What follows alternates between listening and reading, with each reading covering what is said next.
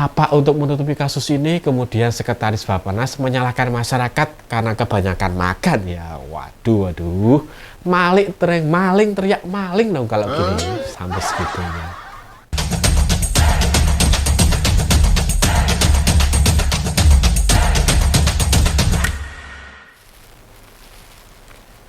Stop impor beras, stop impor pangan, stop impor apalagi. Suara siapa ya itu ya dulu ya? Khas banget. Sekarang kenyataannya kok beda. Jokowi stop impor beras, tapi realitanya kurangi konsumsi beras. Dengan teganya, Sekretaris Utama Badan Pangan Nasional atau Bappenas meminta masyarakat Indonesia membatasi makan buat kurangi impor beras. Dikiranya semua masyarakat kita itu hidup foya-foya apa?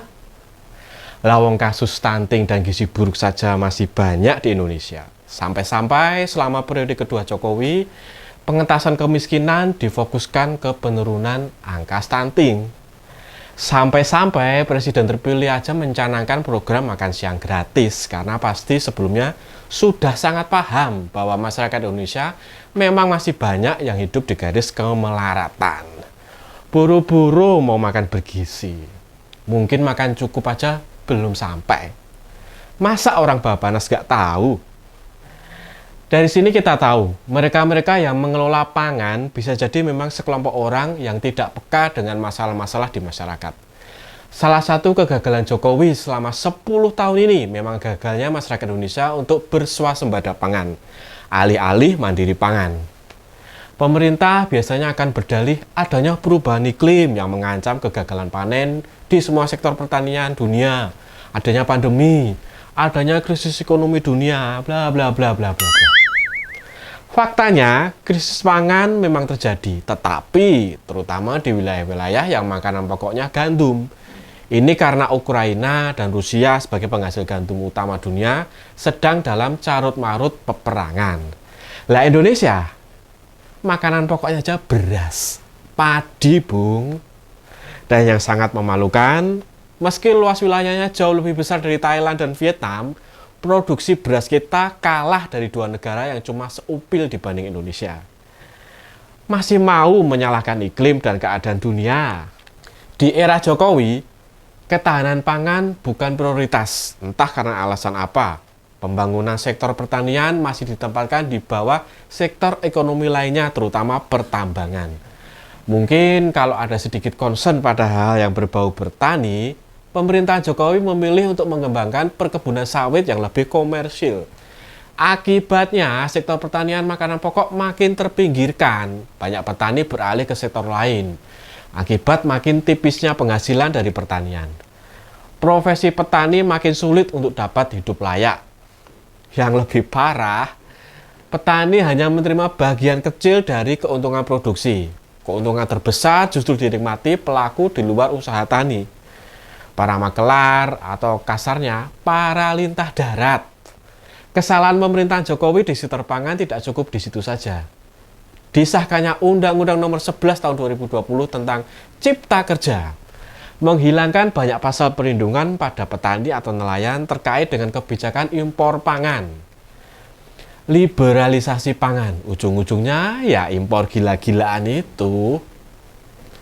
Pasal-pasal yang selama ini memayungi dan melindungi petani dan nelayan dihilangkan di Undang-Undang Cipta Kerja. Dulu, Undang-Undang Nomor 12 Tahun 2012 dengan tegas memperbolehkan impor hanya bila produksi pangan dalam negeri tidak mencukupi atau tidak dapat diproduksi dalam negeri, atau ketika cadangan nasional tidak mencukupi. Dalam Undang-Undang Cipta Kerja, ketentuan ini dihapus. Ini bukan saja merugikan para petani, tapi juga sukses membuat impor beras gila-gilaan yang berujung harga beras juga naik gila-gilaan. Tapi mungkin bagi mereka yang penting itu apa? Cuan. Karena mereka mungkin ketakutan anak cucu sampai 7 turunan gak lagi kaya raya. Keserakahan memang seringkali dimulai dari ketidakpekaan, hati nurani yang mati. Menurut sensus BPS di tahun 2018, jumlah rumah tangga di Indonesia yang bergantung pada sektor pertanian mencapai 27 juta orang. Bila diasumsikan setiap rumah tangga itu terdiri dari 3 orang, maka ada 83 juta orang yang sangat bergantung pada kebijakan pertanian, atau sekitar 30% penduduk. Mundurnya sektor pertanian tanpa disadari akan menelantarkan 30% penduduk Indonesia. Pemimpin negara yang pintar mestinya paham ini dan concern memperbaiki nasib mereka.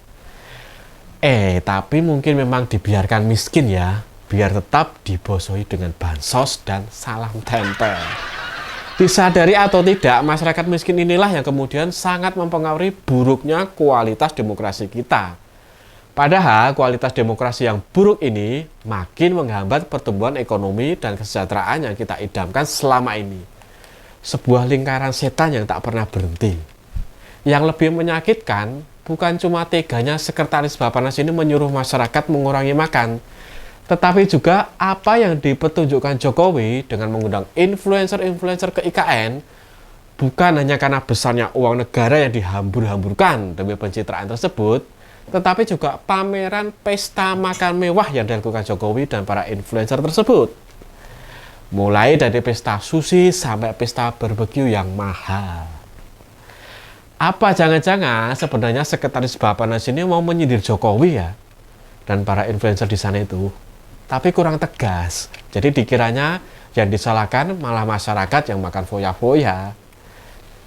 Negeri ini memang negeri ironis. Bukan cuma influencer foya-foya di tengah krisis pangan, Jokowi sebagai presiden juga gemar berfoto di sawah.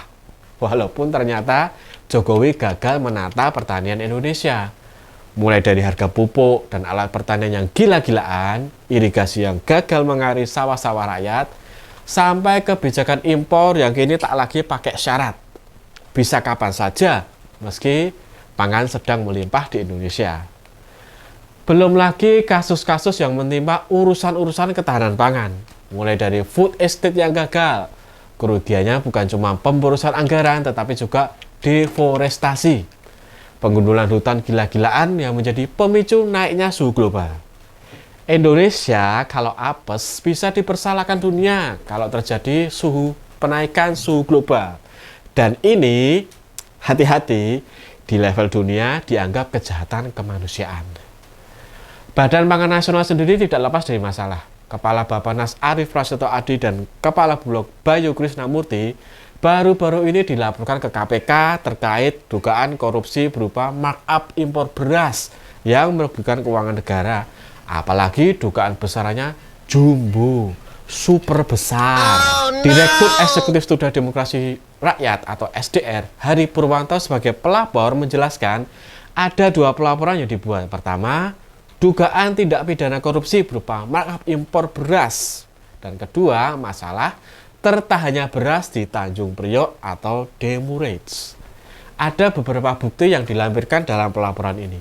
Salah satunya adanya perusahaan asal Vietnam yang bernama Tan Long Group yang diduga ambil bagian dalam proses impor beras oleh Bappenas dan Bulog.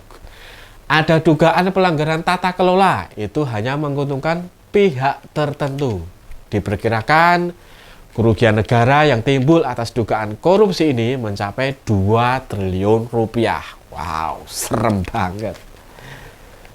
Apa untuk menutupi kasus ini kemudian Sekretaris Bappenas menyalahkan masyarakat karena kebanyakan makan ya? Waduh. Maling teriak maling dong kalau gini. Sampai segitunya.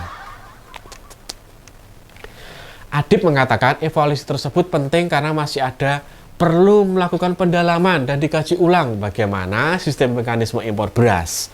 Sebab patut diduga ada sesuatu yang diatur-atur, katanya dikutip dari Antara Kamis 25 Juli 2024. Ia juga mengatakan segala aduan terkait pelanggaran hukum harus ditindaklanjuti agar pelaksanaan tata kelola impor beras kedepannya dapat lebih baik dan tidak merugikan negara. Makanya harus dikaji ulang, jangan-jangan ada mafia impor beras ini di dalam. Kata akademisi Universitas Islam Syekh Yusuf ini. Terkait pelaksanaan impor beras, ia pun mengharapkan adanya pembenahan, mengingat kebijakan tersebut tidak pernah dilakukan dalam waktu yang tepat.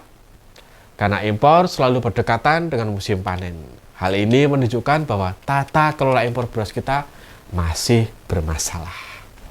Itu saja dari saya, kurang lebihnya mohon maaf. Salam POV, Point of View.